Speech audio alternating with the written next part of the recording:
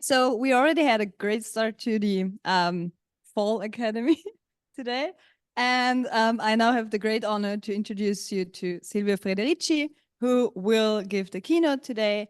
We already heard about her in the introductory lecture, which is not surprising because I think she can be called really an icon of feminist movement. She wouldn't probably even need an introduction. I'll do one nevertheless. So there's a lot to talk about her. She is a renowned scholar, a teacher, and feminist activist based in New York. She taught and was a professor at the Hofstra University in the US, but she also taught at the University of Port Harcourt in Nigeria. She was also for decades at the forefront of international feminist activism. So we already heard today about the campaign about wages for housework, which started in the 70s. Then in the 80s, she was very active in Africa in co-founding the Committee for Academic Freedom in Africa, which was fighting against the structural adjustment of African economies and educational systems. And in the 90s, she was also active in the anti-globalization movement and the US anti-death penalty movement. In the meantime of all of this, she also published numerous books and essays. So she wrote a lot on feminist perspectives on the history of capitalism and its constant reproduction using the expropriation of women's labor, the history of the struggles for commons, and so much more. Doing all of this, she's considered one of the leading figures in Marxist feminist theory. And at the book table outside, you can buy a lot of her books, which are all really great. So do it and read them. And I'm also already at today. So today she will talk about the development of feminist economics and how it contributed to a rethinking of classic economic models and also social reproduction. But she will also talk about how the economic framework is actually limiting or can be limiting for a feminist rethinking of society. Okay, so I'm going to stop talking and fangirling and give the floor to Silvia Federici. Thank you very much for being here. We have 1.5 hours of lecture, and then we're going to have half an hour for discussion and questions. Thank you very much. I'm going to turn you around so you can see your audience. Good, very good. Thank you. All right. Let me see. Thank you, first of all, for your introduction. And I'm looking forward to see the audience. I always get energy, a lot of beautiful. It's very good to speak to you. And I want to thank you for inviting me to your conference and also because of choosing this very, very important topic. I think that particularly in this moment when we are witnessing a major restructuring of the global economy that is also accompanied by high levels of violence, the work of feminist economists, of women who can actually penetrate this mysterious world of the world economy and help us understand, what are the transformations that are taking place, what are their root causes, and what are their prospects, for people's lives, their impact on people's life. This is a really major contribution to all social movement, not only to the feminist movement. I like to begin my presentation by saying, however, and this, of course, will be part of my conclusion as well, that we have two types of feminist economics. One type that, in a way, is trying to understand the transformation that are happening in the world economy, and also developing a critique of the changes and the framework, the perspective, of economic thinking, economic theory and policy. But at the same time, in a way, it is accepting the framework, that, macroeconomics and microeconomics, have forged, over the centuries. And their work, they see their work as a work of reform, and basically seeing how the system can actually introduce changes that, in fact, are important to undermine, the hierarchies, the injustices, and that are now typical of economic theory, economic development. The other form of, the other type of feminist economics, it's moving in a very different direction. It's, in fact, a feminist economics that sees itself as subverting, as, focusing on a subversion, of economy, not only economic theory and not only economic institution, but the whole notion of the economy, the whole economic framework. And feminist economists were moving in this direction. And I'll be particularly concerned with them. I'll be particularly interested in discussing their work. See themselves as, in a way, invading a sort of hostile territory, convinced that economic, in its general prospects, in its general goals, is really not capable of answering the needs, not only of women, but the needs of the population, the needs of the reproduction of life. But they see their work as providing us the tools for this kind of subversion. One common element, however, of both this trend in economics theory, which really in feminist economics, which cannot be very, very clearly divided. There is an echo. Is my voice coming clear, or there is an echo? So I was saying that one common element in these two different types of feminist economics that I have outlined, which is very important to stress, they cannot really be separated sharply. I don't intend to institute a sharp separation between the two. There is a lot of common grounding. But certainly one common element is that both of them originate from the feminist movement of the 1970s.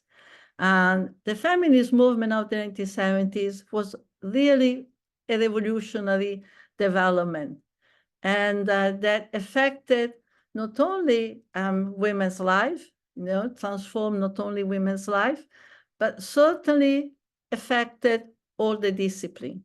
I cannot imagine any one discipline, anthropology, philosophy, literature, that has not been transformed, that has not been challenged, that has not been critically examined in its methodology, in its presupposition.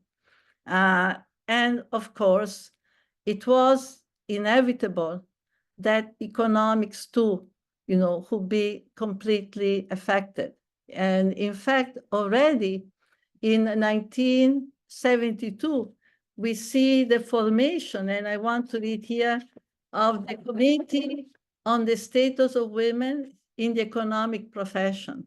This was a committee that was formed on the status of women in the economic profession already in 1972, right? And this committee was made of feminists who working in economic departments, and they were basically, committed to developing a gender critique, of the assumption of the field. I have to say that already in the 19th century, we have a number of women, and here perhaps the most famous And you may be familiar with her work, Women Economics. Charlotte Perkins Gilman. She's also well known because she published a powerful short novel called The Yellow Wallpaper, in which she described, a woman, in a sense, driven mad, by patriarchal discipline. But already in the 19th century, we have the beginning of a critique of classic economic theory, and particularly the idea that economic theory has to deal with the management of scarce resources. In other words, that we live in a world of scarcity, and therefore that this is the framework, the management of scarce resources. Also, the theme of the self-made man and the idea that selfishness, self-interest is what regulates, economic life, and what regulates and instigates, social action. Again, the idea of classical economics that, there are forces, economic forces. And this, of course, is one characteristic of all economic theory to this day. And I would say a perverse characteristic, that there are economic forces that are independent, of human action, human decision-making.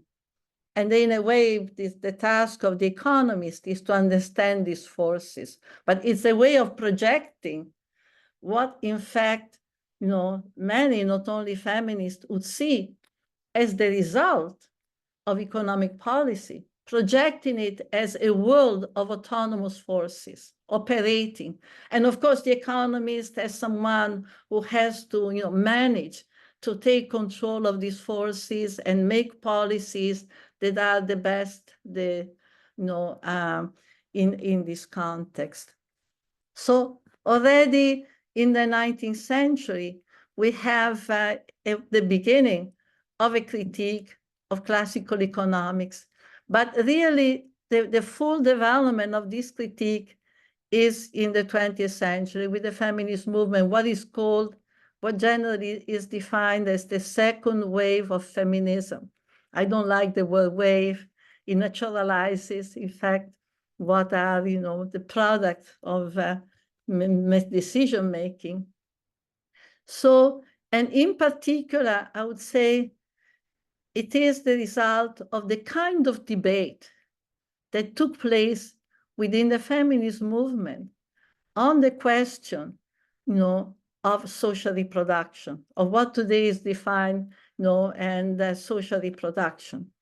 I understand that you already heard about the Wages for Housework campaign in which I was involved, in the early mid-70s.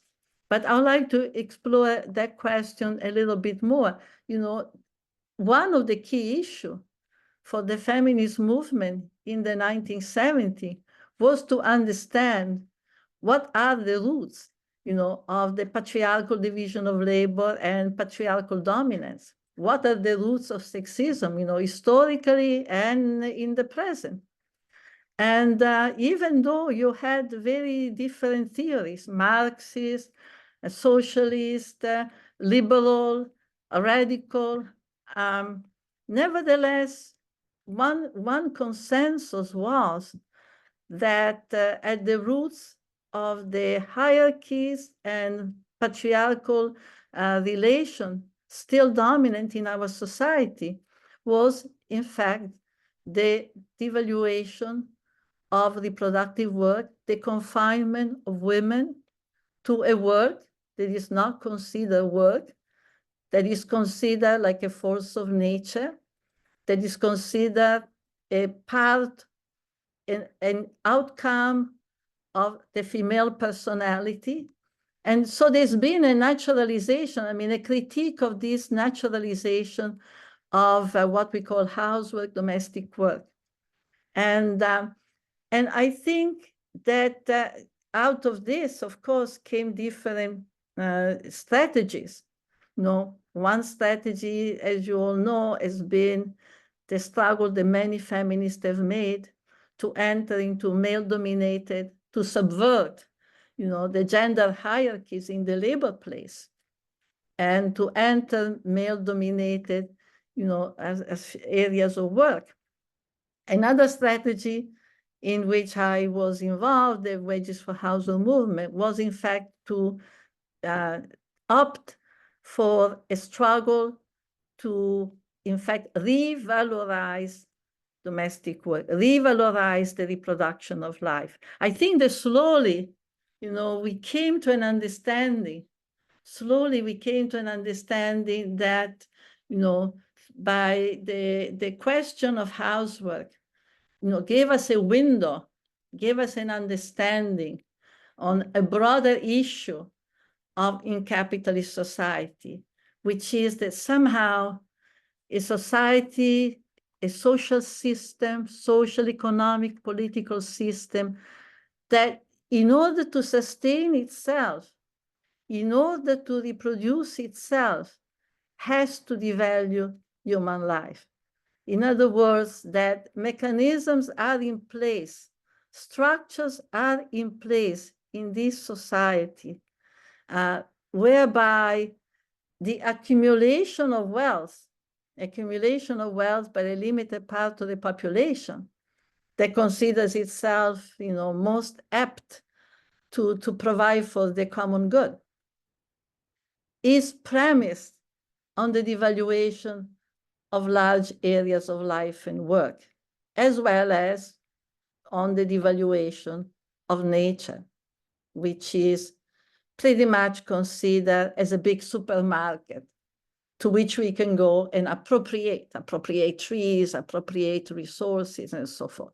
So we understood that actually, this devaluation of domestic work was a window to a broader problem that, in fact, began immediately to put into question not only the position of women, not only the position of women in the family and in the society, but equally important, if not more important, the organization of the society itself, the end, the goals, the structure of the society itself. So actually, the Wages for Household movement was one of the first movements, in fact, that took out a very direct, position, anti-capitalist position, a very critique of not only the position of women in this society, but actually, a critique of the capitalist organization of work and wealth. So I think that the large debate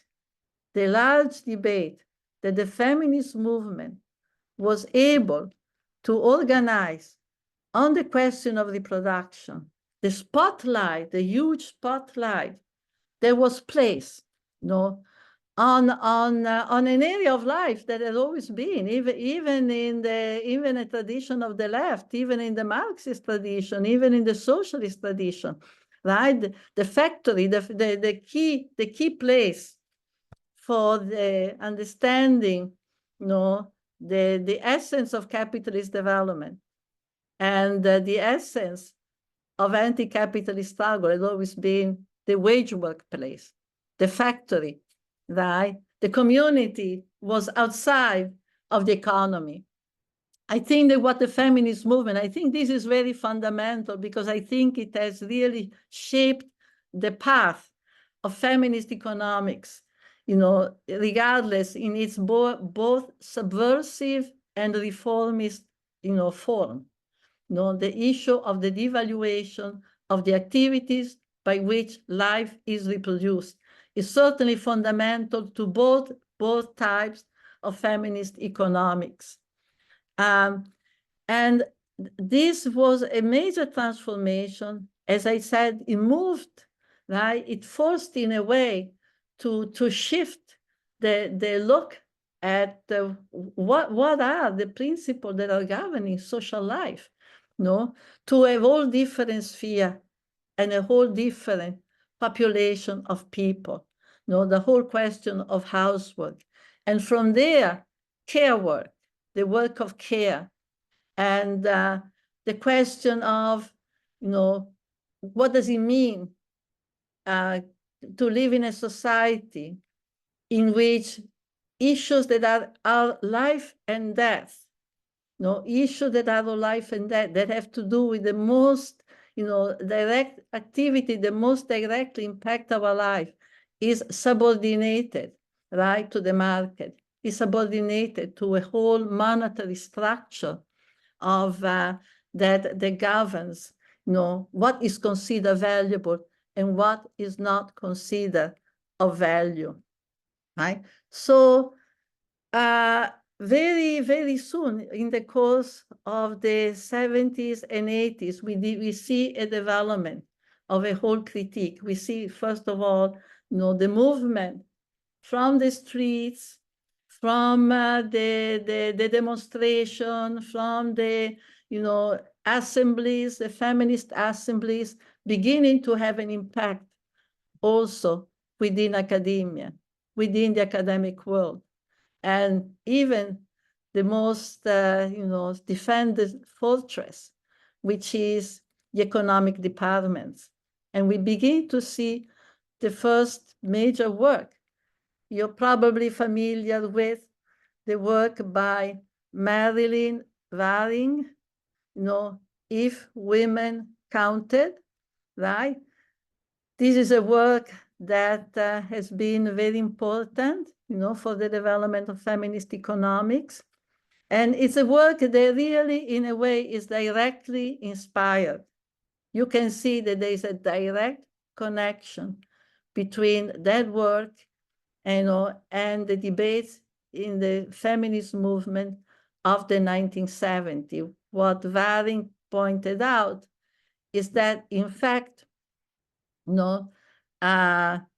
the calculation, the economic calculations that are made of the wealth of the nation, the wealth of the society, the GNP, what produces the gross national product, are completely erroneous,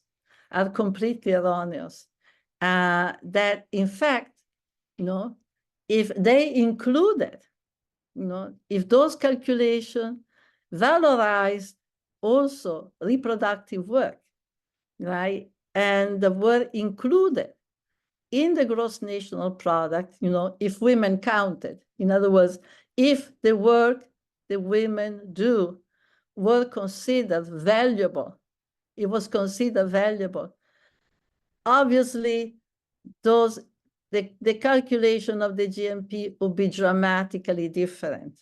And, in fact, this was very interesting because we were told by feminist economics, something that we had not probably been able to do, that in fact, their work, even calculated at the minimum wage, would probably be in the range of trillions.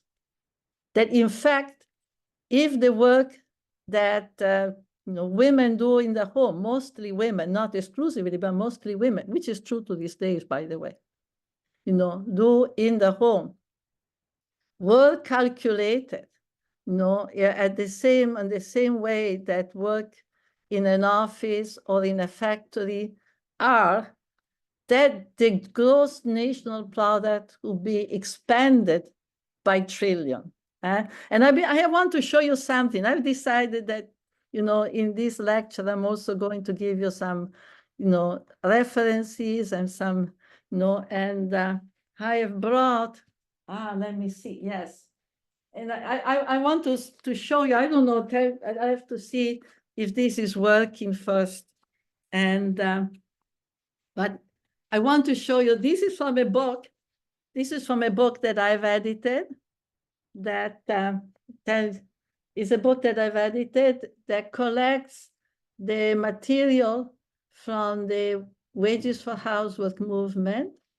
And what I have included in this book, and you'll see the connection with is a whole set of articles, that came out, in the course of the movement, in response to the movement, that came out in the newspaper, in the press, right? And this was typical. I don't know if you can read it.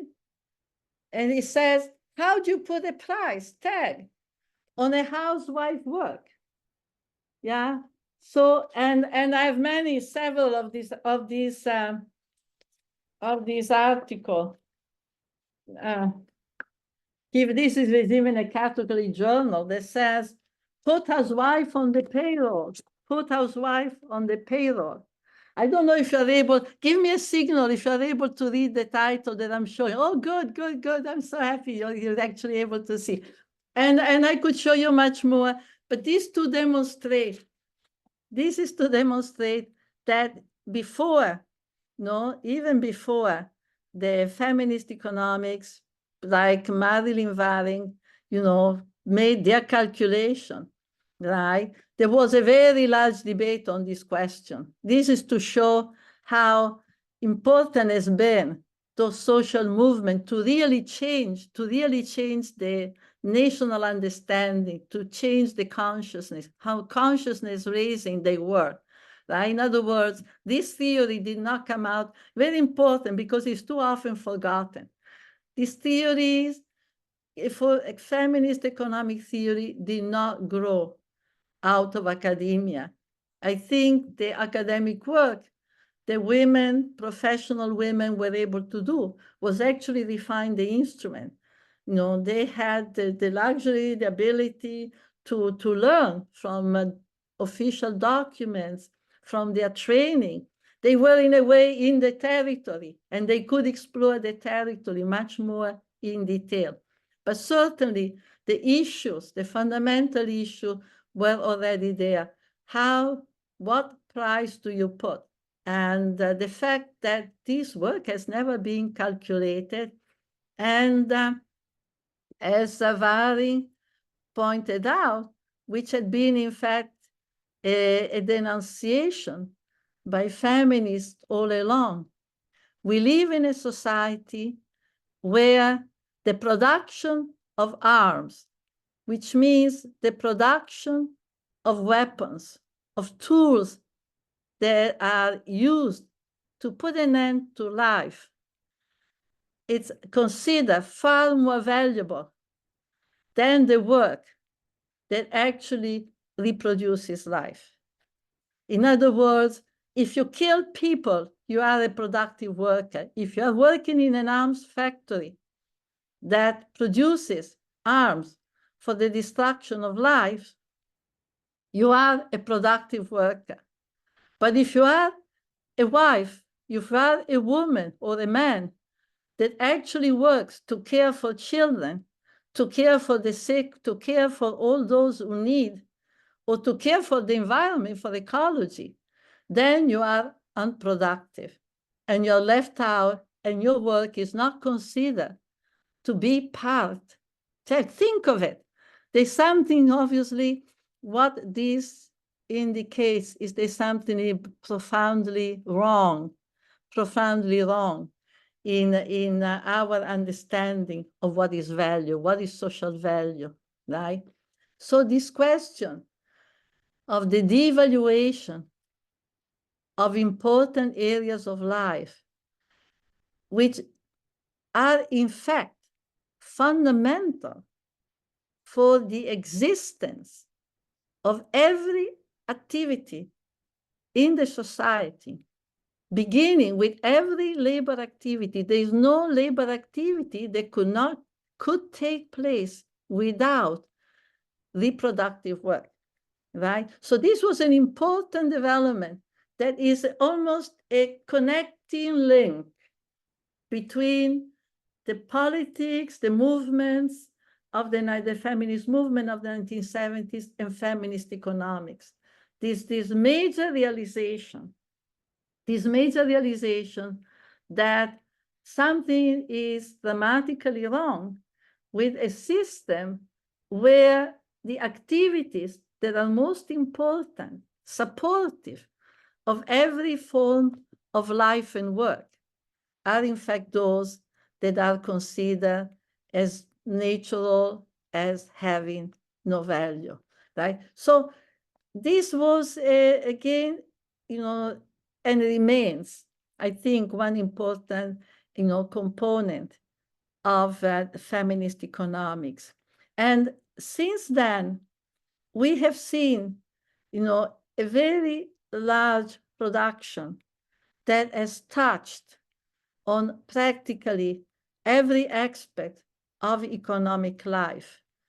So feminist economists, for example, have not only criticized the gender division of labor, and the exclusion of women and confinement to domestic work, but they have also criticized the fact that all economic development plans have also propagated this hierarchical gender relation in every part of the world. And in fact, there's been in the first period of feminist economic studies, you had a concentration on the question of the family and on the question, for example, of the labor market. I think that this was a first area of feminist economic studies, throughout the 80s, for instance, where you have, family, reproductive work, the labor market, the gender exclusion of women from particular form of occupation. This was the predominant theme, in certainly in the 70s and a good part of the 1980s. There is a change with the development in the 1980s, of a new level of macroeconomic theory, and particularly issuing, from the new program, instituted through the work of the World Bank, of the International Monetary Fund, and in particular, through the development of what was defined as the debt crisis. There's a, you can say that these were the first step in a long process of restructuring of the global economy that continues to this day. And that in fact, in the course of 3-4 decades, have really reorganized the world. And, you probably are familiar with concepts like the structural adjustment program, and that was implemented by the International Monetary Fund and the World Bank in response to the so-called debt crisis. The debt crisis, if I may interject this point, is it's a crisis that was in a way sort of artificially created, by a maneuver by the United States Federal Reserve that by 1978 decided, to raise the interest rate on the dollar, right? By raising the interest rate on the dollar, something so simple as such a maneuver that seems so innocuous when you refer to it, in reality had devastating consequences throughout, particularly the so-called third world. That is the world that was coming out of the process of colonization, the world that had just gone through the anti-colonial struggle, and in many cases had acquired what appeared to be independence from the colonial powers themselves. The debt crisis, they raised, the states, these governments that had taken loans, upon achieving, national liberation, had taken loans to develop themselves, to come out of the underdevelopment to which colonization had doomed them, had condemned them, had taken loan mostly in pounds or mostly in dollars. So the change in the interest rate, the rise of the interest rate, which affected them because the loans had variable interest, created havoc. Now we are very familiar with it because we have seen the consequences, and havoc in particular because the remedy that was proposed by this international institution, right, like the World Bank, the IMF, was divestment, massive divestment in social policy and in social reproduction, right? So that has meant impoverishment, that has meant demonetization, devaluation of local monetary, etc. It has also meant that in order to pay back for these loans, the same government, the same nation had to open their doors, to all kinds of companies, agribusiness, extractivist petroleum companies, mineral companies, so that there's been a kind of hemorrhage of resources. This is another major important development that has affected, that has really been at the center of new studies by feminist economists, all through the 19th and into the present, And what have been the consequences of this restructuring of the global economy? What have been the consequences of this restructuring? And here again, in the arguments and in the documents that have been produced in the work, we can really see an important difference, these two approaches that I was referring to.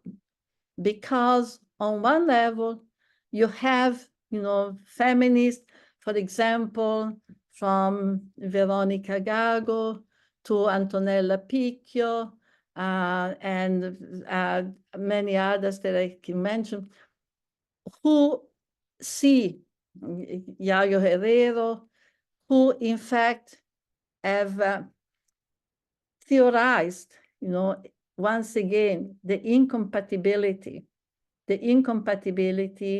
of social justice, the incompatibility of life, they speak of a conflict between capital and life, the incompatibility of this system with the possibility of, life thriving, both the life of nature and the life of community.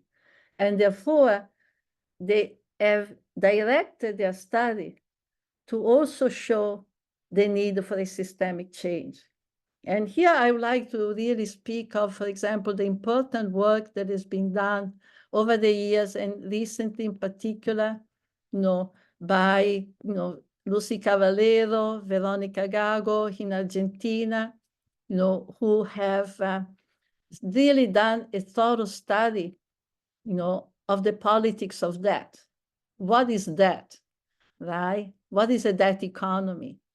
What is the political economy of debt, right? How is debt created, including the analysis of microcredit, these programs that have been introduced to mitigate the effects of structural adjustment, right? With the idea that women in particular who benefit from them.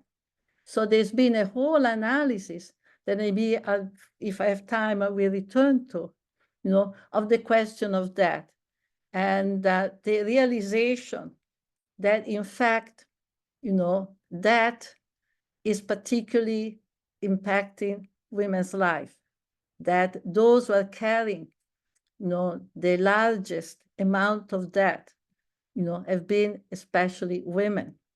Whether it is medical debt, educational debt, or simply debt. This is what, has become, a common theme, that debt today is not produced by the need to acquire, for example, luxuries, but is acquired for the simple reproduction of day-to-day life. That today the condition of impoverishment worldwide have reached such level that even to eat, even to procure the most basic form of sustenance, millions of people, and particularly women, have to indebt themselves. And of course, that has limits, because there's a point in which the whole reproduction structure collapses. Also important has been the work done on attempting to assess, in what way the changes that have taken place internationally in the labor market, in the course of the 80s, as a result of women's movement, as a result, of women's struggle to break from the confinements to women's work, to housework, to domestic labor.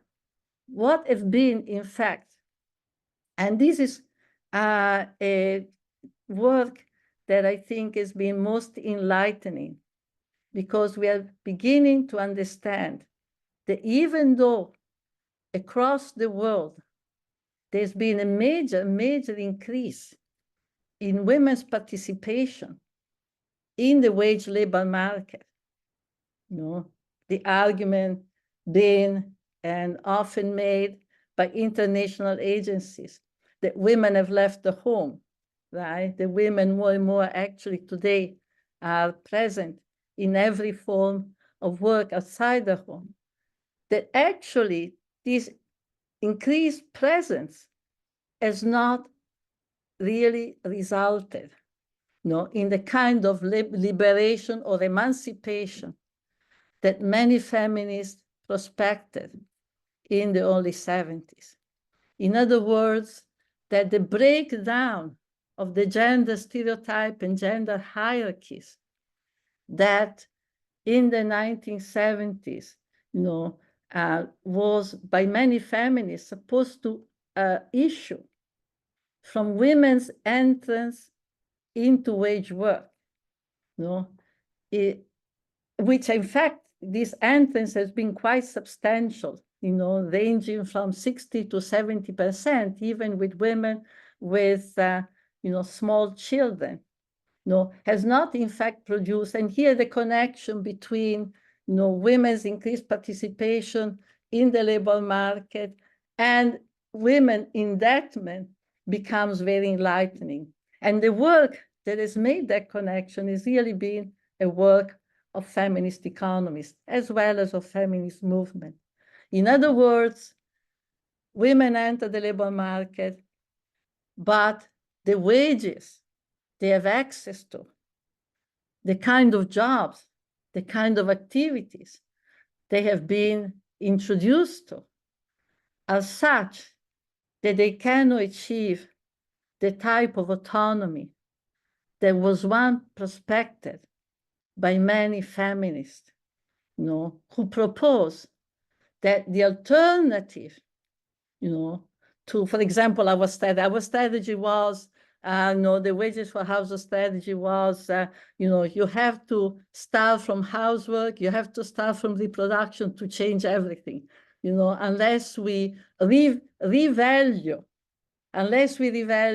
the activities that are, giving life to people, that are making life possible. Unless we change that, every other effort that we can make, working outside the home, and would be not valueless, but would not be successful, right? So we saw that the reproduction as the strategic terrain, as the important strategic terrain, whereas other feminists believe that issuing from the home, entering the male-dominated area could be.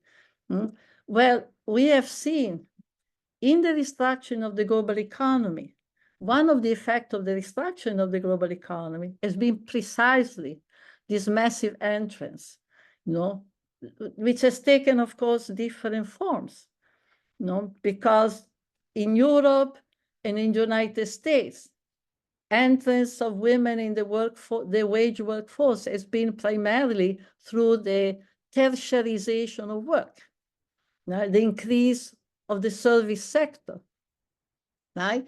And which has meant that often women have gone outside the home, but have obtained jobs that are extensions of housework. In other parts of the world, for example, in Asia, in part of Africa, Latin America, we say that entrance into the workforce has often meant working for women in, free export zone, where they do the industrial work that is not done any longer in Europe or in the US, where much industrial work has been exported in the wake of structural adjustment. And their work is done in conditions that are abysmal, very hazardous, precarious, unpaid, so that as a result, we see that there's a direct connection between the entrance of women in the workforce and indebtment.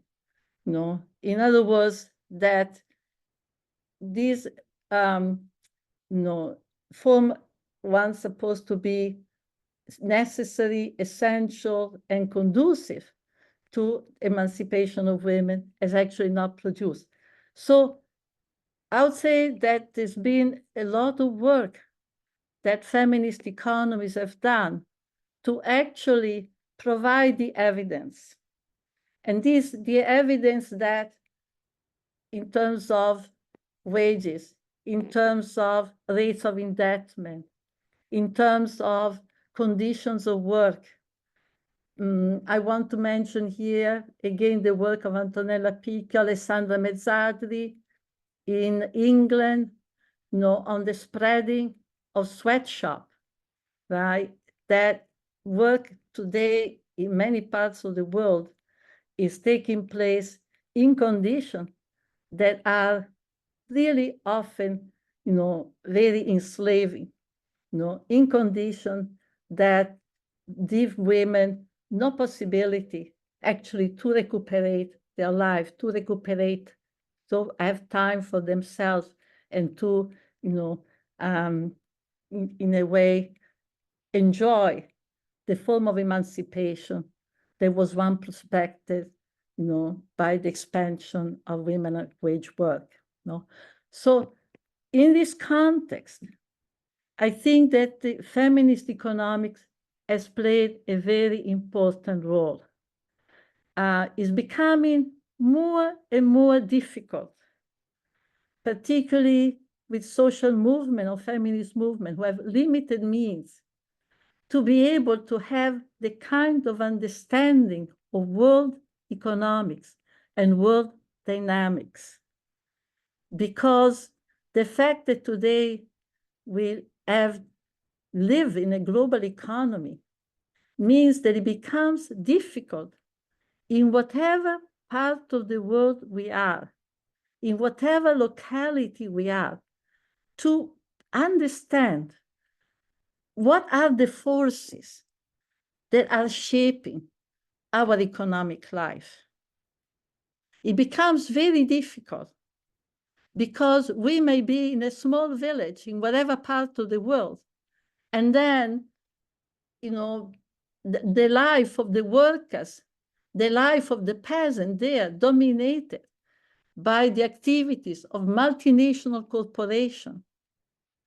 We may have, for example, communities of peasants who find that they cannot obtain for their crops the same kind of reward, the same kind of income that they used to obtain, because now there are global markets that decide, the price of coffee, the price of cocoa, the price of electricity, petroleum. So the importance of having, if actually women feminists who are capable, of, entering these fields, having access to literature, the literature of institutions, the literature of multinational corporations, and being able to understand and break down, what are these forces? Why, for example, the price of cotton, right? That some peasant family or community in Africa, used to live upon. Now it's being completely destroyed. It's being completely debunked. So I think this is very important. I think the limit at the same time, of this process comes if we assume, and this is where I think the feminist economics necessarily has to border with feminist politics. Because the question remains, what is the function of this understanding? In other words, what is the product of this understanding of the world economy? It's really in order to promote processes of social change, or in fact, the feminist economy working within the institution themselves are in fact softening, are in fact in a way making more acceptable some of the inequities that are characteristics of these global policies that are attached, are produced by the world expansion over the last 3 decades, of basically capitalist relation. Because this is what the debt crisis and structural adjustment, the work of the IMF, this is really the product. It's really a major expansion of capitalist relation, which has in a way transformed the life of people across the world, right? Deindustrialization in Europe, the US, the creation, new factories, free export zones in, great part of Asia, Latin America, the massive entrance of extractivist companies in Africa, right? With the exodus of petroleum, mineral. By the way, I think this is very important to keep this in mind as we look at the world, because it's clear that the world wars, the world situation of almost permanent warfare that characterizes today many parts of the world, is a direct product of that. In other words, we now see, warfare in Asia, the Middle East, first of all, but also Africa, the Congo, Sudan, Haiti, and more broadly, we see that economic development, rather than bringing prosperity to the world, is actually activating massive process of displacement, the huge migratory movement that today is, nascent and developing fascist governments are, blaming on the people, are in fact the product of these macroeconomic policies, that are transforming entire areas of the world into places for the extraction of wealth, for the extraction of mineral, for the production of, agro-business economies. So I think that it's here where the most important difference is between these two perspectives. One in economic, feminist economics. One that looks at understanding and entering the field to understand this development, but in order to make a process of change. And the other, in order to, in fact, make the transformation that are places, the hierarchies, the inequities, to soften their impact. So for instance, I want to mention a number of books that came out in the 80s and 90s that very interesting, very instructive, because full of information, but nevertheless, for example, Mortgaging Women's Life by Pamela Spar, Unequal Burden by Lourdes Benaria and Shelley Feldman. And I just mentioned the titles. Mortgaging Women's Life, Gender and Economic Policy. So these are very important works, very typical of the kind of feminist economics that I'm referring to, because they all are looking in great detail, to the developments that have occurred and their impact on women in the process of economic globalization, right?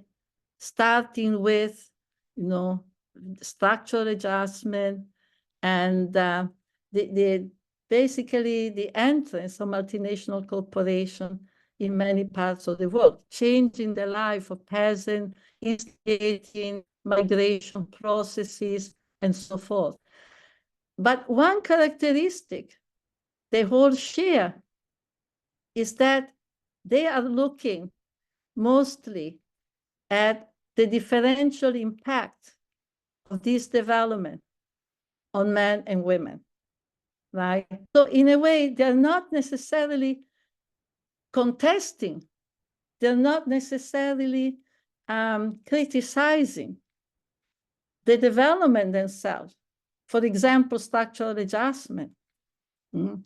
But what they are criticizing is the differential impact, the fact that women are paying a much higher price. For example, a mining company arrives in a village and begins to pollute the waters, and that were used by women to feed and cook and clean. And now you have families that have to work, women who have to walk miles and miles and miles in order to be able, right, to have access to clean water. Or the work in basically, the sweatshops, that have proliferated in large part of the world, on the basis of the export of industry in areas where labor was made available, out of processes of land privatization. So here again, I want to argue that it's extremely important that we learn the mechanism by which economic policy is functioning. And this is an effort that I think all women engage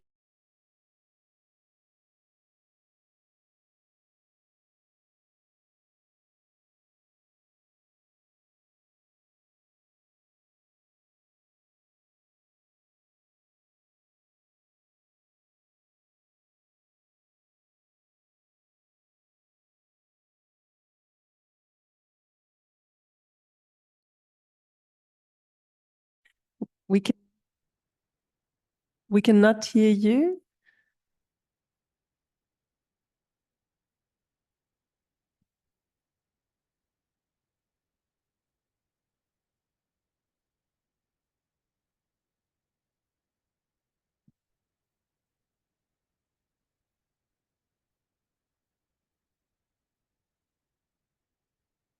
Could you hear me?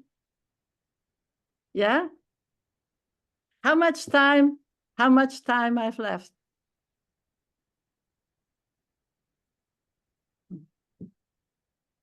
Half an hour. Okay, very good, very good. Right. So what is the feminist economics that we need to develop? What are the most important direction of feminist economics that I think we should pursue if we look at economics not as a separate sphere of life, but if we see it from the point of view of transforming social action? And what is the feminist economics that we want to have, not simply in order to correct, right? I think that when we come to feminist economics, there is, as I've insisted on this issue, there is a very important choice to make. Is feminist economics something, a project that is necessary to correct the kind of injustices, inequities that are being produced by capitalist development, and especially in this phase of accelerating expansion, accelerating worldwide expansion, of capitalist presence, so that hardly any part of the world is exempt from it? Or is feminist economics, in a sense, beginning, if not, the development of a utopian vision, but actually beginning to create and provide the component of what it may be a more just society? And here, I want to speak of the work, the many feminists in the economic, world, as well as in the social movement, have been made on the question of the commons, on the question of the rebuilding of economic life in a way that it provides for collective well-being and organized in a communal way, right? And so one important development has been, in my view, that in the last at least 20 years, we have seen feminist economics, branching out and connecting with solidarity economies, connecting with people working in ecological movements, right?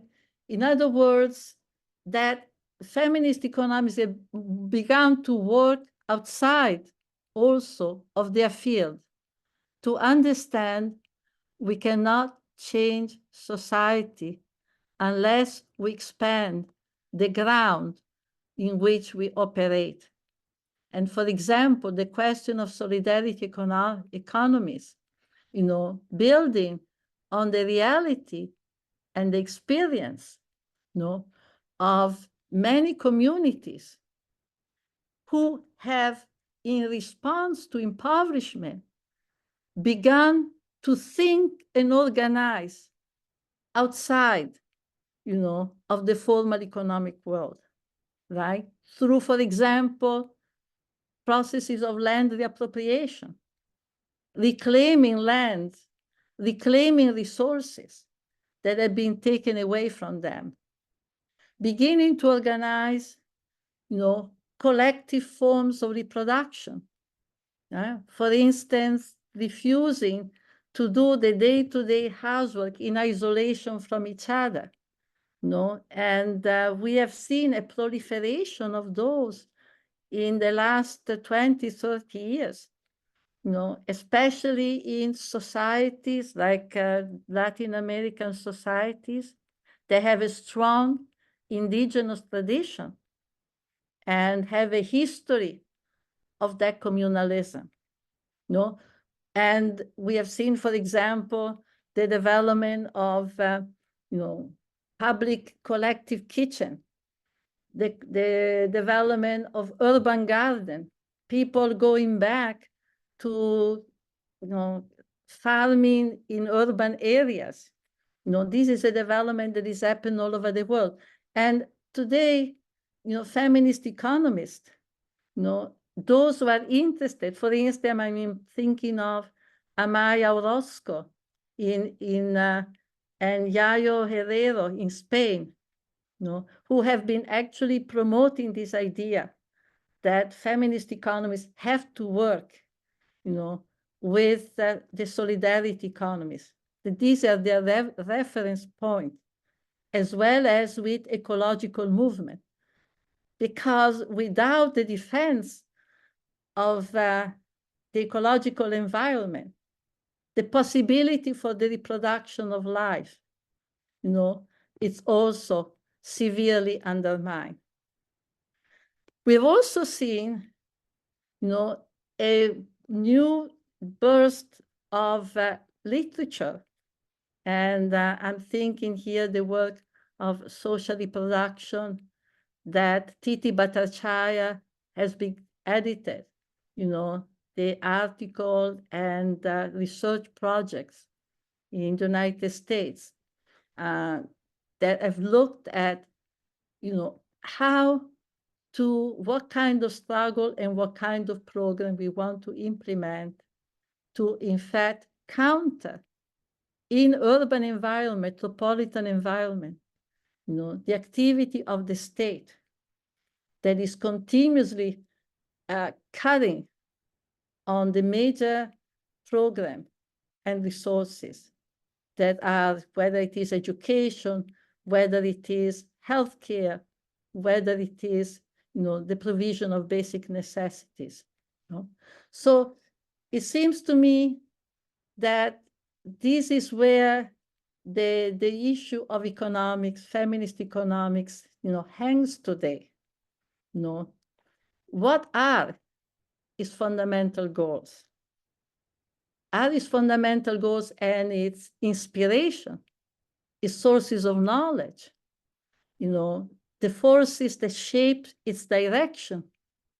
Are they the social movements that are fighting for a different world, for changing, the direction in which the economy and the political society is moving?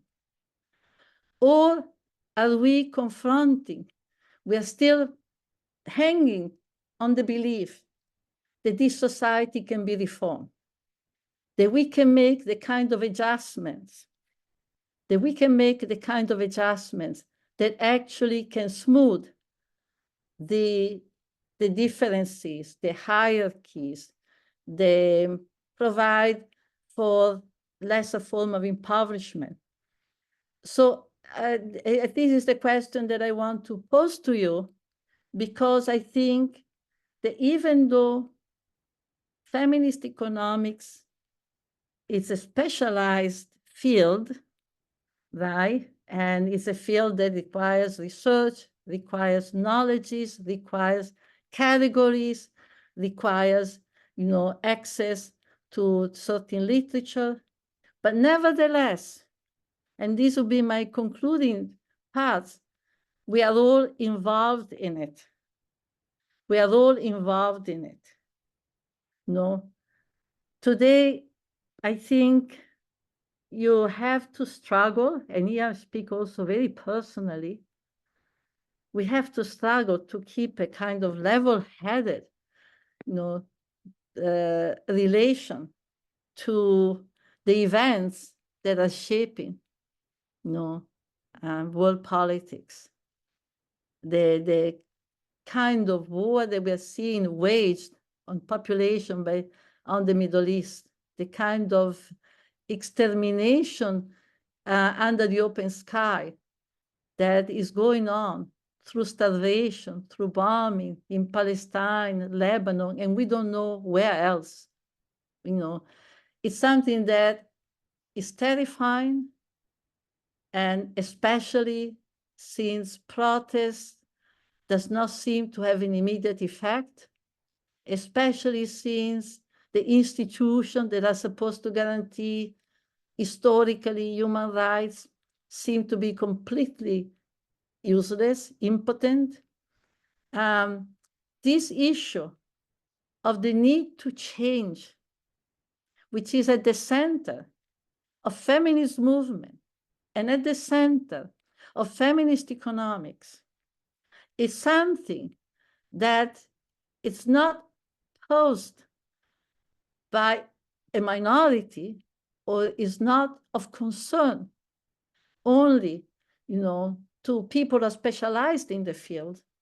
I think it's important not to look at feminist economics as just, one branch of economics among others, right? One branch of economics. So we have, public economics, private economics. We have, right, not to see as something, a specialization, not to look at it as a specialization within the economic field, right? But to look at that as something different. To look at that as a terrain among others that has to be certainly connected with social life and social struggle, and a terrain in which we begin to acquire knowledges and in which we can think of how to experiment different forms of life. How we begin to experiment and what make proposal for a different conception of how the reproduction of our life and our society can take place. And so the feminist economist, as a person who is working in a territory, but with the idea to changing the territory, with the idea not to buttress the territory, not to actually making the territory more adjustable, but actually as a person who is in fact with the idea that the territory itself, has to be changed. Because fundamentally, in the historical definition and formulation and development of economics as a discipline, there is a kind of umbilical connection with the history of capitalist development. I think that one of the differences between the two fields that I have tried to map and the associated policies is to see that, the feminist economics that I see as interested in subverting the field, recognizes that economic itself as a project, as a discipline, is umbilically tied to the goals of an unjust society, to the goals of a society that is structurally built on discrimination, that is structurally built on hierarchies, that is structurally built on the private accumulation of wealth. And a society, in other words, that has necessarily, directed to reproduce hierarchies in one form or another, of the type that today we see. There is a kind of, very globalization has produced not only mass displacement, but a war on immigrants. Today in Europe, every day, both capsizes. People are looking for escaping the kind of poverty that international policies have produced, are now dying on the Mediterranean, are now dying, in the British Channel, are dying crossing the desert in the United States, right? I think this is the challenge that is in front of us. I think the feminist economics is extremely important. We need that kind of knowledge. We need that kind of work.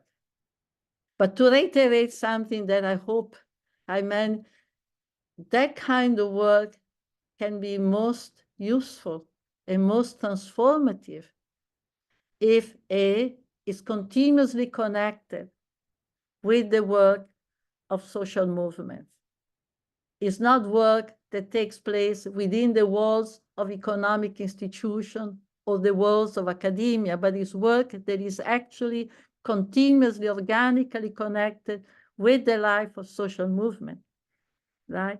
And secondly, if it is work that it is not intended and directed to buttress a society that is collapsing in so many ways, because a society where war is becoming now in so many ways police killing. We have war. I wrote a piece recently entitled Palestine is the World, and I said we also have Palestine in the streets of New York and the United States, where killing, police killings, they go with total impunity and so forth, are almost daily occurrences.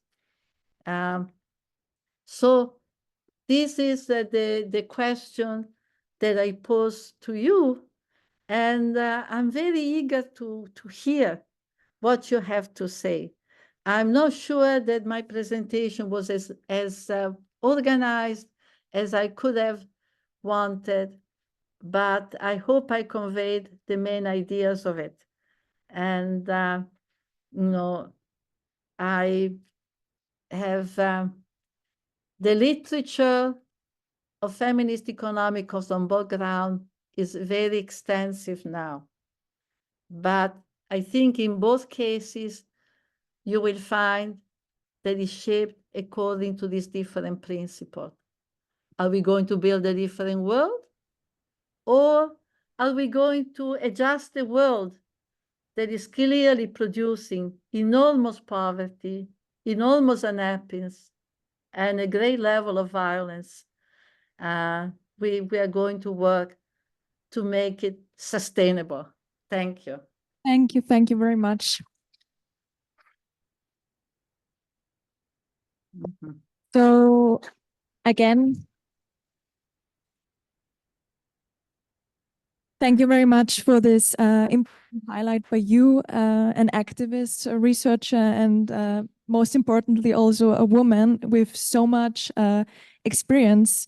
And I think this presentation and this keynote was truly inspiring for us because, again, we can see various examples over time, and that lastly, the economy the feminist economics is not just another school of economics, but it is truly a social battlefield.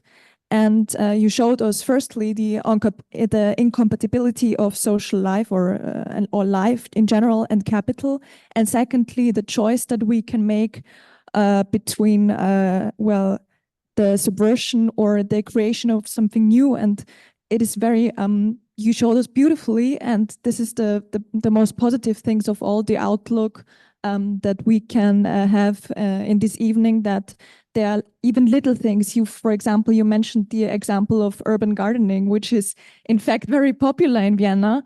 And these are the small things maybe that we can take abroad. And thank you again. And I want now to hand over the mic to the audience so that they can pose some questions. Sure. Thank you.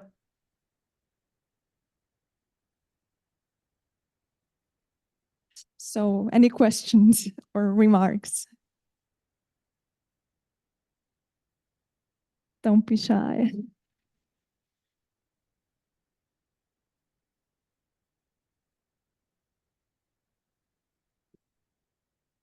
I see a hand in the back.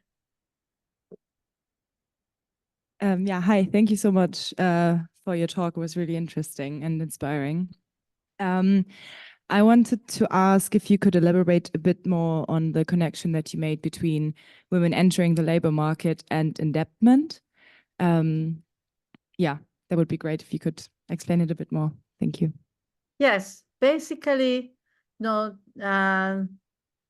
is happening, and most of the data that I have now on is basically from the United States and Europe, that the fact that women enter the labor force, does not imply for the majority that they can become economically independent. economically autonomous, that they can provide for their basic needs, and if they have children, the needs of their children. So that, in fact, they have to resort. In the United States, it's very interesting that as soon as the number of women entering the wage force grew, you had the appearance of what they call payday company. Paid loan company,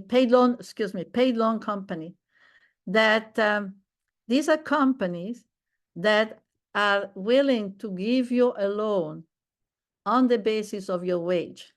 Most companies will not give a loan except through a collateral if you have a house or something. But these will be, and they were actually born because they realized soon that many women could not survive on the basis of the wages they would make, because the work they would have access to and wages were so low and the work so precarious that they will not be able. And so there is a whole statistics on the connection, not that, entrance into the workforce makes you poor, but that it's happening under conditions, which, in my view, proves correct the argument we made in the 70s, that unless we change the condition of work in the home, in the community, and the devaluation of reproductive work, we cannot change the condition of our life and work in any place we go. So that there's a direct connection between the devaluation, of the jobs to which women have access, and the fact that most of those jobs are carried out by millions of women for free. So women enter the workforce and they become paid care workers, they become nurses, they become school, daycare center workers, and they become aides, in hospitals. So there is the stereotypings and the naturalization of housework that takes place, because of the unquestioned connection between women and domestic work continues into the wage workforce. And similarly, the devaluation continues. And it's very interesting here. And I don't know about Austria. I know about Italy. I know about Spain. I know about it also in Asia. We have seen the rise of very powerful domestic workers movement, because with the entrance of many women into the wage workforce in Europe and the US, and the impoverishment of millions in Asia, Africa, Latin America, because of structural adjustment. What we have seen, as you know, everybody knows it, the massive migration of women who become domestic workers, right? Who come to Europe, come to the US, go to the rich parts of the world, the richer parts of the world, at least for some, and become domestic workers. And their condition have been practically enslaving, with very, very limited amount of freedom, low wages, incredible, immigration restriction. So this is the argument. Entrance into wage workforce has not, in fact, been sufficient, because there is a problem. There is a structural problem at the bottom of it, which is that women are still connected, to a whole set of activities that in this society. And when these activities exit the home and they become paid work, they continue to be devalued, right? So the daycare center, the daycare worker, the nurse, the aide in the hospital, etc., were vital to our life, are still devalued, are still at the bottom of the social ladder. With globalization and with this neoliberal phase of capitalist development, all workers have been affected. Yeah, you can say that all work has become precarious. Nevertheless, again, women are in the worst position. So it's like with a payday loan. You get paid and you take a loan. The payment, the wage does not allow you to support yourself. But for millions of women, it is the entrance to the possibility of taking a loan. Most poor people cannot take a loan, right? But it becomes the entrance into pay, right?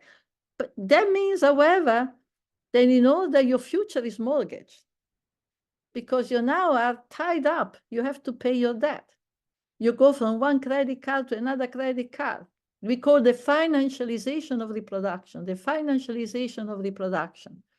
which means that you are exploited not only in the work that you do, but in order to do the work of reproduction, you also have to use credit cards. You also have to use financial means, financial instruments, and pay a price for their use until many times, you cannot use all your credit cards. They do, yeah. That's the connection.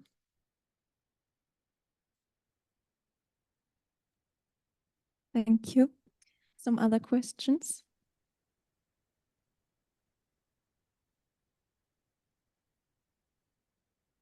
Yeah, see, yeah. Thank you for your great talk. I learned a lot again, and I really also follow your argument. And I have a question because now currently I'm thinking a lot about paid care work, as you just mentioned.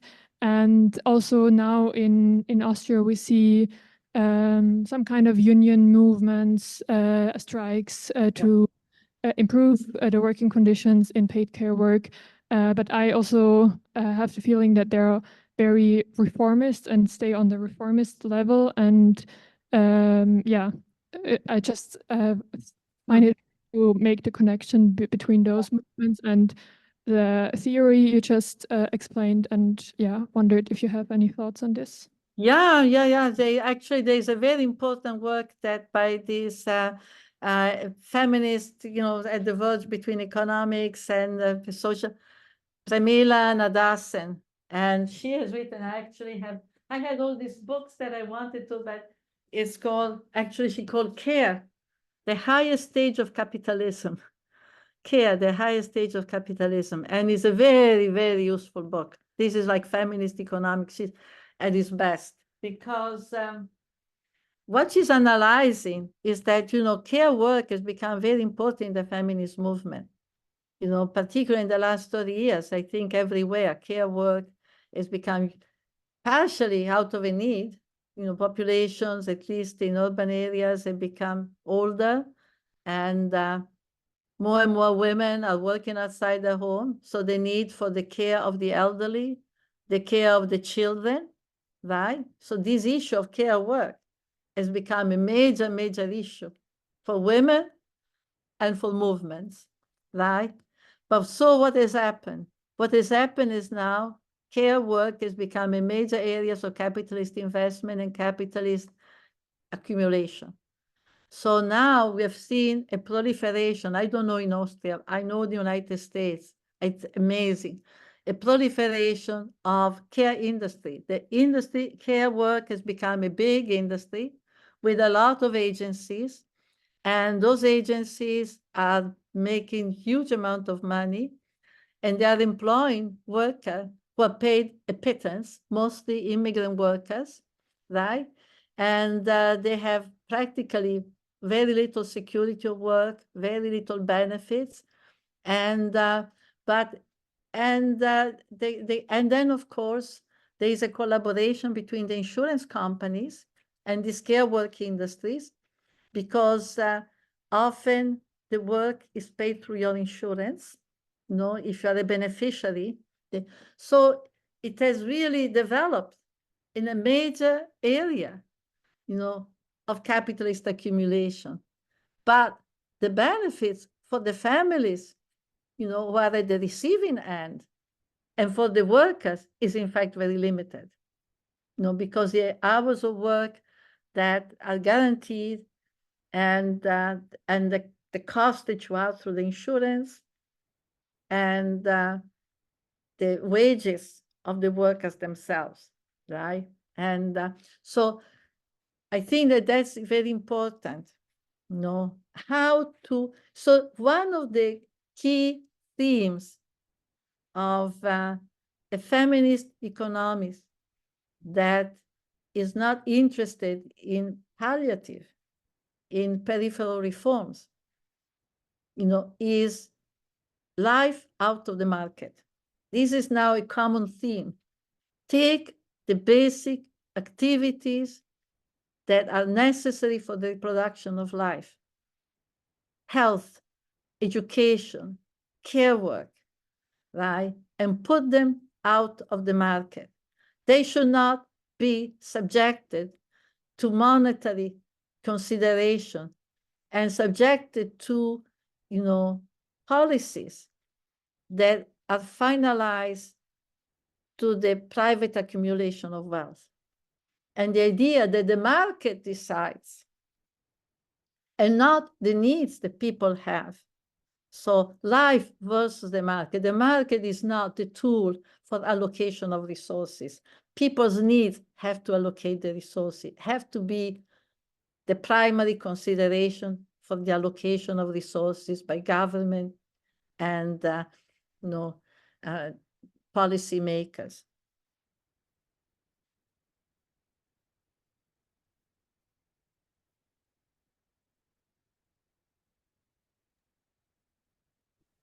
Thank you. Maybe another question? Yes.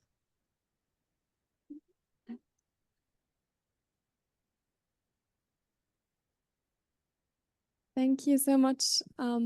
I consider myself lucky because I think this is the third time I've heard you speak. And what I always find most impressive is the way you connect very different struggles. And I think me, at least, and I think many leftist groups and people can learn a lot from that, how to connect different struggles. But I also have a question on commons and commoning. Because I've done fieldwork myself in rural Mexico on the commons water supply. And actually, your papers from 2014 that you wrote with George Cafensis, I think, listed 6 different criteria that are necessary to consider a commons. Actually, because commons, you write in that paper that commons can be co-opted, that commons are not necessarily anti-capitalist and not necessarily empowering. True. And actually, the last of those points you make is about equal access to the commons. And I've read that many commons around the world are very unequal. And reasons. In the case where I did my fieldwork, it was mostly because of colonization. But now it is as it is. So I was wondering if you could elaborate a bit on that and how, especially here as feminist economists, we can deal with that and these issues. If these commons, as empowering as they may be, and as even when they take resources out of the market and everything, still they are unequal, still they are exclusionary at some point. So that would be great. Thank you. Yeah, I think there is a struggle. There is a struggle certainly in Latin America, throughout Latin America, and in many indigenous communities included, about precisely this, because, for example, the creation of communal relation is not the end of patriarchalism. So, for example, particularly in communities where the common comes from a traditional story, because there's commons that are really new invention, new projects, and then commons that have built on previous societal organization of life. For instance, in a number of places, for this Mexico, Guatemala, women are not allowed or have limited presence in the assemblies that take the decision about what to do and about resources and about, so there is a writer, Gladys Tsutsur from Guatemala, who has written a lot about it, the struggle of women on the commons, showing, for instance, in our community, if a woman marries someone outside of the community, outside of the particular ethnic group, her children will lose access to the communal lands, right? Whereas this is not the case for men. And so there is a whole struggle. Whereas women do most of the work to keep the common, they are also, and that struggle is there. That struggle is important. And particularly because on the basis of this element of patriarchalism in many communities, another movement has grown, of feminists, neoliberal feminists, who are demanding land privatization, in the name of women's access to land, so that the patriarchal element in some communal setups, becomes a danger to the undermining of the viability of the common and gives justification to the privatizers, including feminist privatizers, which exist, right? So you're right, communalism is not. However, what we are thinking, the fundamental element is the question of collective action, is the question of the breakdown of the individualizing, forms of reproduction, which are weakening inevitably. If you're facing the state or the corporation alone, right, you're completely weakened, particularly with the level of violence that now both are employing, right? For example, in the privatization of land, saying, okay, these lands now have to be taken over because, they go for mineral extraction and this is the common good, right? The country needs, etc. So this is very important. This kind also for the self-defense, to develop. I've written about it, and there's a big issue. Developing communal forms, collective forms of reproduction is also very powerful. To create infrastructures that reproduce struggle, to create infrastructure that give people the strength, the resources, the energy to continue the struggle. So the struggles are not simply, moment of massive, involvement followed by a long period of silence, but they are capable of growing.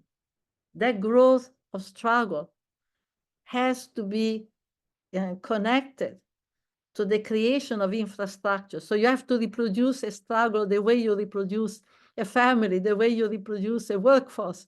Actually, the reproduction, and so the collective character, of reproductive work is fundamental, and also for self-defense.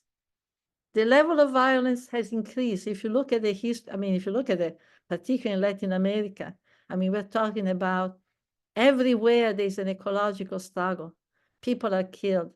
The Berta Cáceres are many, many, many more than, you're fighting about land, you're fighting about water, and then you have death squad, you have paramilitary, you have narco-trafficking. There's been a multiplication of these subjects, right, that are acting often in collusion with the state police and who are, in fact, spreading terror, often forcing people to leave, as it's happening now in Honduras. People leave because where they stay, it's they're in danger, their life is in danger.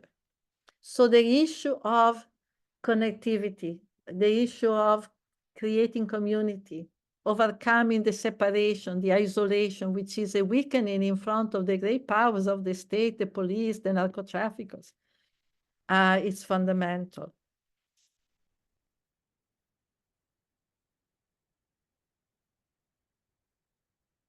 If there are more questions, I'm very happy to stay. No problem. Thank you very much. We indeed had another question and one more. Sure. Questions by now. Thank you again for your keynote. It was very interesting. My question is more of a personal one. For me, it was very inspiring to listen to you talk about all these like interconnected issues that we're facing. But I wanted to ask you, since you've been doing activist and academic work for so many decades now, how do you keep fighting for all these different issues? How do you not give up hope in face of terrible violence? How we are backsliding in many ways in issues of feminist struggles, how bodily autonomy is not a given, like all these different issues. How do you keep fighting, I guess? Well, you know, I'm heartbroken now. To tell you the truth, I'm quite heartbroken. And this is I was born under bombs. I was born in 1942. And now I'm 82 years old. And I fear that I will die in a world, you know, that is still where extermination and genocide and bombing and destruction of entire communities still as it was, you know. So yes, but what is the alternative? There's no alternative. There's no alternative to continue for my own mental sanity, for my own and the mental sanity and the well-being. I grew up thinking that there's nothing more important and interesting and creative in my life than trying to change this world. That accepting the injustice that I see around myself is the most destructive, that I might as well jump off the window. But I think pessimism is a luxury for most people. Most people don't have a luxury. You know, you have people around you that need care. People around you that, you know, that you need to do something with and improve their life. So until I die, I want to do whatever little work I can do to actually help to make something better. I don't know if I'll succeed, but at least I think this is what gives me joy. I've spoken about joyful militancy in one of my pieces, which has been very popular.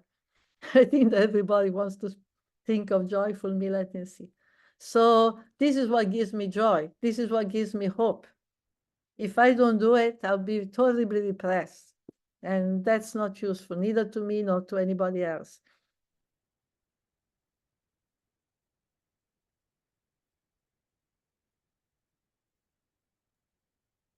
Thank you. I think we have one more question. And Thanks so much for your... yeah. Hello, Silvia. Can you see me? Where are you? Raise your hand. Ah, yes, now I do. Ah, good to see you. Thank you very much for your very comprehensive and inspiring input. I'm saying we, I'm in Vienna as a German now, we are facing a tremendous rise of right-wing forces, authoritarian regimes all over the world, and now their victories in election. So they don't come to power by a coup of d'etat or military coup, are elected. Yeah. So really, yeah, it's all striking. And listening to you, I think we have to contextualize this anew, what you are saying about our struggles, which are going on since such a long time. What does this mean from your perspective? You are confronted with one version of this authoritarianism as well. What does this mean for our struggles, for our hopes to change the world? Yeah, of course. But I have to say this. You know, the rise of fascism now is everywhere. But I've spoken with women in Argentina, why me lie? You know, and they say, I've spoken with women in Brazil, like, well, what brought to power Bolsonaro? every time the answer has been, yes, these were responses to failure in our movements, in our women. You know, I was in Brazil recently in the fall, and I was struck by the huge presence of Christian Pentecostalists who are, you know, really fascists, you know, they are the missionaries of old, and they're really very strong support, as they are of Trump and fascism in the United States and across the world. You know, these are the Christian fundamentalists who across Africa, they proselytize and they go and tell people that their poverty is because they're witches, right? And in fact, they have known to have instigated witch burnings. So I asked, what happened? Why? Why people are voting for them? And why people are voting Bolsonaro? And in many cases, they said, well, because of the problem and the limits of left politics, because you have politics that present themselves as progressive and so on, and at the same time, carry on policies that are impoverishing people, that are not different economically from those of the right. So, for example, women have said to me, look, in the favelas, people vote, people go to the pastors, the evangelical pastors, because if anything happens, they are the only people that are present in the community. And of course, they are not a good presence. They are a divisive one. But the left is not there. The left has abandoned the favelas. Women in Argentina have said to me, well, it's true, Milei is a disaster. It's misogynist, it's horrible. It has already led to massive impoverishment visible. But is responding to the policies of a previous government who seemed to be more progressive, but in reality made a deal with the International Monetary Fund that is one of the worst deals, of the most devastating economically in the history of the Monetary Fund. So that the limits and the failure of so-called social democracy, and we see it in the United States, many of the most policies, you know, the destruction of the welfare system was Clinton, when it took away welfare benefits from unsupported mothers, 1993, and he said enough. From welfare to workfare, that was Clinton. Clinton introduced, right, a new code, the code that extended the death penalty to many more crimes and created this judiciary system that today allows innocent people to be executed, because it created a system where you can prove your innocence only at a certain point in the judicial process. If you prove you're innocent the day before execution, it is the discretion of the judge whether to reopen the case, which just somebody was executed who was known to be innocent. But the judge refused to reopen the case, right? It was Obama that actually deported the highest number of immigrants, right? So this is not to say that they are the same, but it's to say that we have the limits, the failures, right, of so-called more progressive, more social democratic system who still fundamentally accept, right, the policy of the multinational corporation, who still subscribe to the same policy that create impoverishment, war, immigration, etc., you know, is the reason why in the end you have this shift, right? So it's not necessarily. So if I look at the United States, I would say that those who support the Trump and the return of fascism, there is a part of them who are committed to a fascist country, who would like to return slavery. If they could, they'll bring back slavery because they've been beneficiary, of unjust policies over the centuries. There's also another part who have lost, who have been economically devastated by policies that are not just instituted by the right, but have also been instituted by the Democratic Party. So I think we have to be very important to distinguish. I can say the same, for example, for Italy. I come originally from Italy, so I always have an eye to what is happening there. The rise of the Meloni, etc., is because the Partito Democratico, the first world government, was actually implementing, economic policies that led to massive impoverishment of a lot of people. So I think we see now in this electoral, if you listen to the to the debates, actually in terms of the proposal that they have for economic development are not so different. Everybody's fighting against immigration, so Kamala Harris is proposing more troops at the border. Trump says he's going to deport immigrants, which is total madness because otherwise the United States will collapse, right?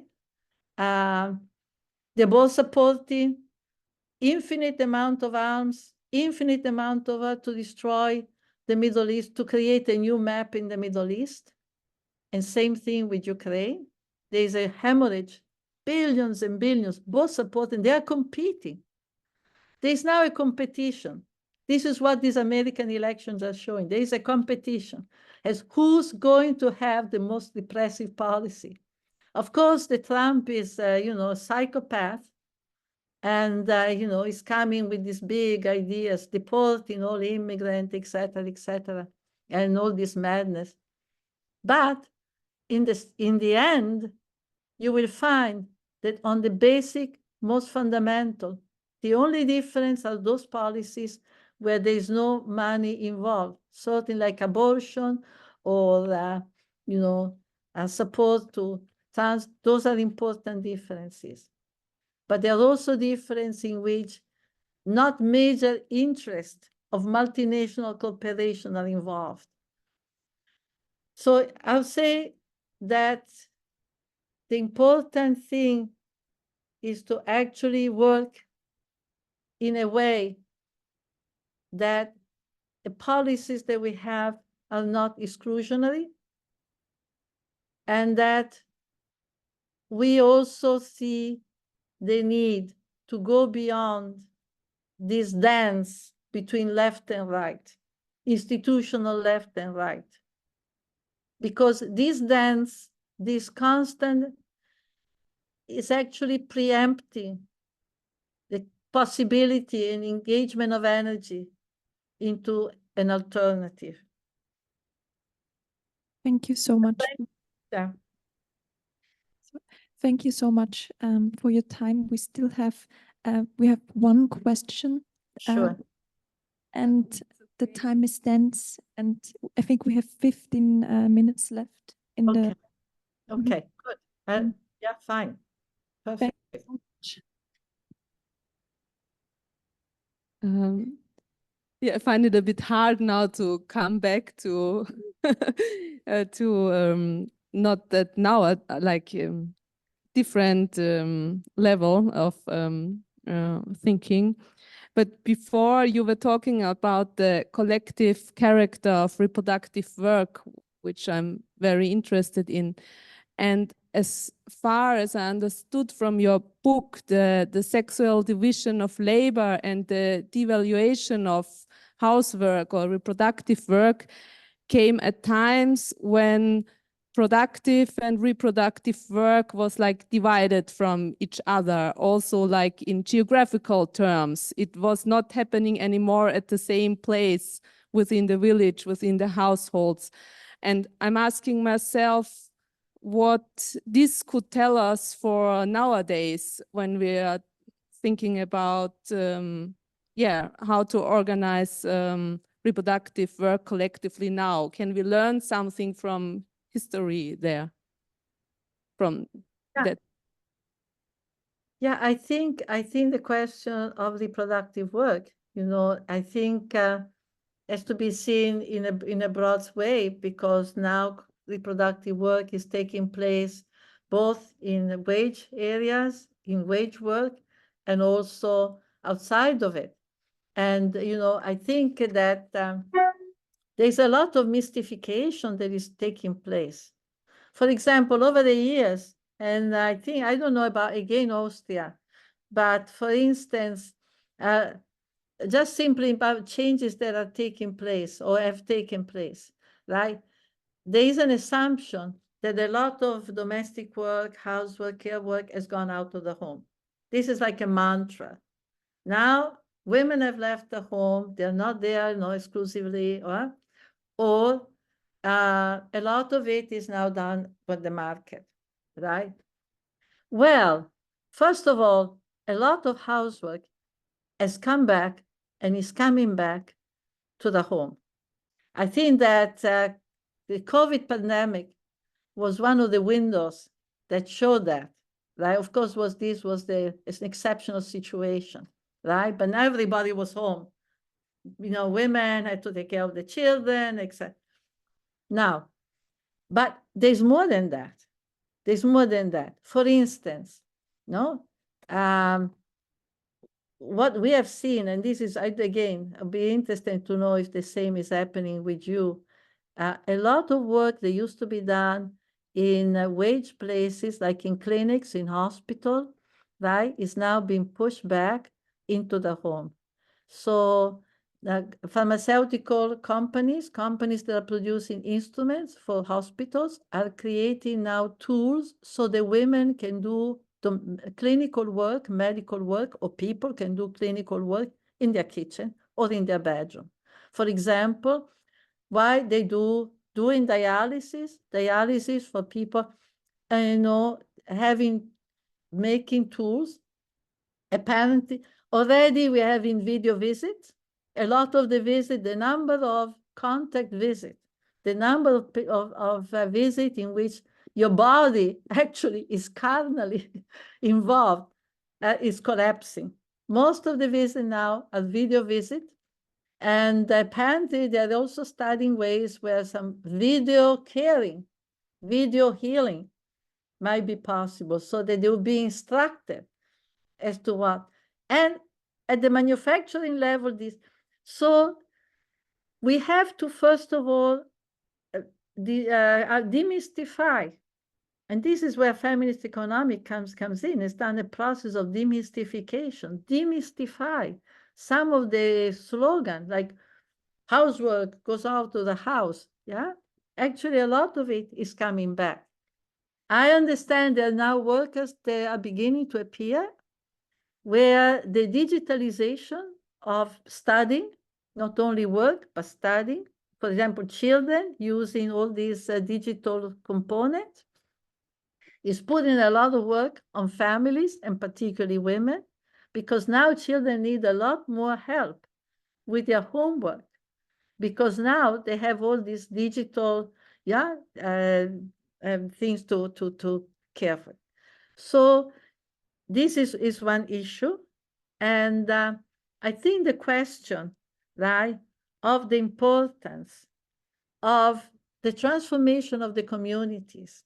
In the past, I spoke of making of them basis for resistance, making from them basis for resistance. I've been thinking a lot about the sense of, I speak a lot with younger people today, and everybody feels that it's so difficult to organize. It's so difficult And I've been thinking over and over about what it meant to grow up in a town like Detroit or industrial communities, where people knew each other. Practically everybody worked in the same factory. People knew each other. They faced the same crisis. They knew who would be there for you in times of need, who would not be there, what that meant in terms of capacity of resistance and capacity for struggle. Today, the precarization of work, flexible time, you can go to work at one time or another, the continuous movements, people, the fact that there is not, yes, no 9 to 5, which was a form of slavery, but the 9 to 5 also created very deep ties among people. People knew each other, fundamental for the struggle, right? All this has changed. So how do we recreate those bases? How do we recreate those solidarities? How do we recreate those ties that allows you to resist, both in terms of economic impoverishment, in terms of police violence, in terms of institutional legislation that divides us? I think this is where the question of the common is an open question. There's no model. The commons is not a return to the past. We have written it many times. It's something, however, that is an inspiration, an alternative to the fragmentation, isolation, privacy, all those things that actually weaken our possibility of resistance. When you're confronting your crisis in life alone, it's a disaster. You're lost, right? So the question of, at all levels, you know, your students, I think now the rule, I talk to students, I've been a teacher for many, many years. Students have increasingly said to me, the worst thing now, you have to compete with each other. The worst thing is the sense of competition and insecurity, right? So refusing that, struggling to know, confront, and begin to work collectively. It's the collectivity, Marx was writing this, expands our imagination. There's a beautiful poem by Marge Piercy that goes from, alone you cannot do anything. When you're two, you're already, at least you can have a little discussion. When you're three, and she goes on and on and on about what becomes possible as your number increases. It's a powerful poem. I have put it on my wall because it reminds me that isolation, withdrawing, it's not, on the contrary. It's really the quickest road to being defeated. So yeah, there's no sure road to the commons. There's no sure model, and there's no general model for every place. But I think this is powerful because it means not allowing to this idea, you know, the market idea, the self-interest, the self-made person. Yeah, Robinson Crusoe, made his wealth with the work of a slave. Slave Friday, the self-made man of Robinson Crusoe, celebrated in their novel, dependent on slavery. Those of us who are not interested in building our prosperity on the pain of other people, have to find our strength in our common work, in our common struggle. Thank you very much. I think this was the last question for the evening, although I think many of us are still going home with lots of thoughts. And Thank you very much. Thank you very much to you all, and all the best. All the best. Don't lose hope.